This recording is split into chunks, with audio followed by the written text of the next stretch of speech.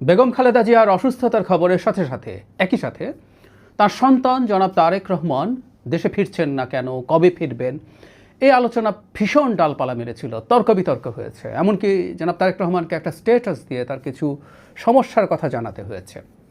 গতকাল সর্বশেষ অবস্থা দেখে মনে হচ্ছে তিনি অচিরেই দেশে ফিরছেন। সেটা মনে করার যথেষ্ট কারণ আছে, সেটা নিয়ে কথা বলতে চাই। তার আগে বেগম খালেদা জিয়ার আসলে শরীরের অবস্থা কেমন সেটা নিয়ে একটু কথা বলা দরকার। তিনি ভেন্টিলেশনে আছেন কি না এটা নিয়ে গতকাল সারাদিন ডিবেট হয়েছে। কেউ কেউ বলছেন ভেন্টিলেশনে, কেউ কেউ বলেছেন লাইফ সাপোর্ট, ফুল লাইফ সাপোর্টে আছেন, নানা রকম কথাবার্তা। আমি সর্বশেষ প্রথম আলোর একটা রিপোর্টে দেখলাম যে তারা খোঁজখবর করে এটা জানাচ্ছেন তিনি ভেন্টিলেশনে আছেন, যদিও তার আগে বিএনপির একজন গুরুত্বপূর্ণ নেতা আহমেদ আজম খান এটা আমাদেরকে জানিয়েছিলেন। অফিসিয়ালি আসলে আমরা বিএনপির পক্ষ থেকে তেমন কোনো স্টেটমেন্ট এখনও পাইনি, কিন্তু আমরা এর পরবর্তীতে দেখলাম বিএনপির স্থায়ী কমিটির একটা বৈঠক হয়েছে, জরুরি বৈঠক। সেই বৈঠক শেষে জনাব সালাউদ্দিন আহমেদ, খুবই সিগনিফিক্যান্ট নেতা বিএনপির, তিনি জানিয়েছেন তারেক রহমান আর খুব বেশি দেরি করছেন না, তিনি খুব দ্রুতই দেশে ফিরছেন। তাতে আমরা বুঝতে পারি বেগম খালেদা জিয়ার আসলে অবস্থার অবনতি হয়েছে। আমি গতকাল একটা ছোট ভিডিওতে বলেছিলাম আমরা চাই, আমরা দোয়া করি তিনি আমাদের মাঝে ফিরে আসুন, তিনি আমাদের মাঝে আরও বেশ লম্বা সময় থাকুন। এখন যারা তারেক রহমান ফিরে আসা নিয়ে যে কতগুলো অঙ্ক মেলানোর চেষ্টা করছেন অনেকে, সেগুলো একটু বলে। একটা হচ্ছে আইন উপদেষ্টা গতকাল বলেছেন যে সরকারের দিক থেকে তো বাধা নেই, তারা জনাব তারেক রহমানের নিরাপত্তাজনিত যদি কোনো সমস্যা থাকে সেটাও তারা দেখার চেষ্টা করবেন। এটা একটা গুরুত্বপূর্ণ বিষয়। সরকার দফায় দফায় বলেছে তারা কোনো ব্যারিয়ার তৈরি করছেন না। প্রধান উপদেষ্টা প্রেস সচিব, তারপরে আমাদের পররাষ্ট্র উপদেষ্টা, তিনি ট্রাভেল ডকুমেন্ট 24 ঘন্টার মধ্যে দিতে চেয়েছেন, সব রকমভাবে সাহায্য করবে। এরপর সরকার বাধা দিল না, কিন্তু সরকারের আসলে সাহায্য লাগবে। সমস্যা যদি নিরাপত্তাজনিত হয়, আমরা এটাকেই প্রধান সমস্যা বলে মনে করি। দেশের অভ্যন্তরে এবং বৈদেশিক অনেক শক্তি জনাব তারেক রহমানকে যদি হত্যা করতে পারেন, অনেক সুবিধা তাদের হবে, তাদের আছে। সেই কারণে তিনি যদি রাষ্ট্রীয় এক্সট্রা নিরাপত্তা পান, সেই সূত্রে জানা যায় যদি নির্বাচনের তফসিল ঘোষণা করা হয়ে যেত, তাহলে তিনি তার এই সিকিউরিটি থ্রেটের কথা জানালে এসএসএফের নিরাপত্তা তিনি পেতে পারতেন। মানে অন্যান্য যে বাহিনীগুলো আছে সেই তুলনায় স্পেশাল সিকিউরিটি ফোর্স বা এসএসএফের নিরাপত্তা নিশ্চিতভাবেই তার জন্য অনেক বেশি বেটার কাজ করতো, অনেক বেশি কাজ করতো। এসএসএফ আমরা সাধারণ অর্থে জানি, আমি এসএসএফের আইনটা দেখছিলাম, 21 সালে এটা নতুন করে হয়েছে, আবার আগে তো ছিলই। তো সেই আইনে রাষ্ট্রপতি এবং আমরা সোফার যেটা জানি আর কি, যে রাষ্ট্রপতি এবং প্রধানমন্ত্রী মূলত এই এসএসএফের নিরাপত্তার সুবিধা পাবেন বাই ডিফল্ট। এখন যেহেতু প্রধানমন্ত্রীর জায়গায় প্রধান উপদেষ্টা আছে, তিনি পাচ্ছেন। আর রাষ্ট্র বা সরকার চাইলে যে কোনো সময় যে কোনো ব্যক্তিকে, বিদেশি বা দেশি যে কোনো ব্যক্তিকে অতি গুরুত্বপূর্ণ ব্যক্তি হিসেবে ঘোষণা করে তাকে এসএসএফ নিরাপত্তা দিতে পারেন।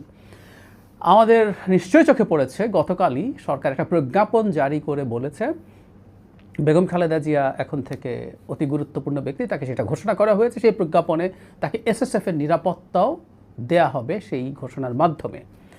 কেউ কেউ বলার চেষ্টা করছেন এটার মাধ্যমে জনাব তারেক রহমানকে এসএসএফের নিরাপত্তা দিয়ে দেয়া যাবে তার সন্তান হিসেবে। আমার কাছে কথাটা সঠিক বলে মনে হয় না। আমরা এই যে আইনটা আমি পড়ছিলাম, বাহিনীর ক্ষমতা ও দায়িত্ব আর্টিকেল ধারা 8-এর 3-এ আছে একদম স্পষ্টভাবে বাহিনী রাষ্ট্রপতি, প্রধানমন্ত্রী বা ক্ষেত্রমতো অন্তর্বর্তী সরকারের প্রধান উপদেষ্টা এবং অতি গুরুত্বপূর্ণ ব্যক্তির নিরাপত্তার বিঘ্ন ঘটাইতে পারে এরব ব্লা ব্লা ব্লা। তার মানে যাকে ঘোষণা করা হবে, এবং আমি প্রজ্ঞাপনটা পড়ে দেখলাম খালেদা জিয়ার পরিবারের কথা উল্লেখ নেই, শুধুমাত্র বেগম খালেদা জিয়াকে এই অতি গুরুত্বপূর্ণ ব্যক্তি ঘোষণা করা হয়েছে এবং তাকে এসএসএফ সুবিধা দেওয়া হচ্ছে। একটা কথা আমরা মনে রাখবো, রাষ্ট্রপতি এবং প্রধানমন্ত্রীর বাইরে তার পরিবারের সব সদস্য এসএসএফের নিরাপত্তা বাই ডিফল্ট এভাবে পেয়ে যান না। সুতরাং বেগম খালেদা জিয়ার এই এসএসএফ জনাব তারেক রহমানকেও কাভার করবে, আমার কাছে এটা সঠিক বলে মনে হয় না। আমি ধারণা করি বেগম খালেদা জিয়ার ওখানে এসএসএফ থাকার কারণ হচ্ছে জনাব তারেক রহমান যখন তাকে দেখতে যাবেন সেই জায়গায় যেন তিনি সিকিওর থাকেন। নাহলে বেগম খালেদা জিয়া যেহেতু ওখানে আছেন এবং তিনি খুব পটেনশিয়াল মারাত্মক থ্রেটের মধ্যে আছেন, আমার কাছে সেটাও ঠিক মনে হয় না। তিনি অত্যন্ত অসুস্থ একজন মানুষ। বাংলাদেশে যারা মনে করেন বেগম খালেদা জিয়া আর অনেক বড় বাধা তৈরি করছে, সেটা আসলে তাদের ওই রকমভাবে তার উপর আক্রমণ, হামলা হওয়ার সম্ভাবনা তুলনামূলকভাবে কম। এই কারণে জনাব তারেক রহমান, আমি যতদূর বুঝতে পারি, তাকে এসএসএফ নিরাপত্তার জন্য আলাদাভাবে অতি গুরুত্বপূর্ণ ব্যক্তি ঘোষণা করতে হবে। সরকার সেই কাজটা হয়তো করবে, আমি আবারও বলছি নিশ্চিত নই। এটা তফসিল হয়ে গেলে তখন তার জন্য এইটা পাওয়া সহজ হয়, বা তার আগেও, এটা ইনফ্যাক্ট যে কোনো সময় করতে পারে, এটা তফসিলের সাথে সম্পর্ক নেই। আমি আইনটা পড়লাম, সরকার যে কোনো সময় এই ঘোষণাটা করতে পারে। সো আমি ধারণা করি যে এসএসএফের নিরাপত্তা যদি তিনি পান, পাওয়ার পরে তার জন্য দেশে সিকিউরড অবস্থায় থাকা সম্ভব হবে। তিনি সম্ভবত এটার অপেক্ষাই করছিলেন। অবশেষে এটার মাধ্যমে আমরা বলতে পারি যে তিনি বলছিলেন যে এটা এককভাবে তার হাতে না। তার মানেটা হচ্ছে আমাদের প্রধান যে অনুমান ছিল যে তিনি নিরাপত্তা ঝুঁকিতে আছেন, আসলেই আছেন। আমাদের এই মাটিতে বেনজির, এই উপমহাদেশের মাটিতে বেনজির ভুট্টোর ঘটনা দেখেছি। বিদেশ থেকে ফিরে তিনি হত্যাকাণ্ডের শিকার হয়েছিলেন। তারেক রহমানের প্রচুর শত্রু আছে, দেশের ভেতরে দেশের বাইরে, নানা শক্তি আছে। বিএনপিকে ভেঙে দেওয়া, বিএনপিকে ধ্বংস করে দেওয়া, দিলে বহুজনের, বহু রাজনৈতিক ব্যক্তির, অরাজনৈতিক ব্যক্তির, দেশের খেলোয়াড়, বিদেশের খেলোয়াড়, নানা জনের নানা বেনিফিট আছে।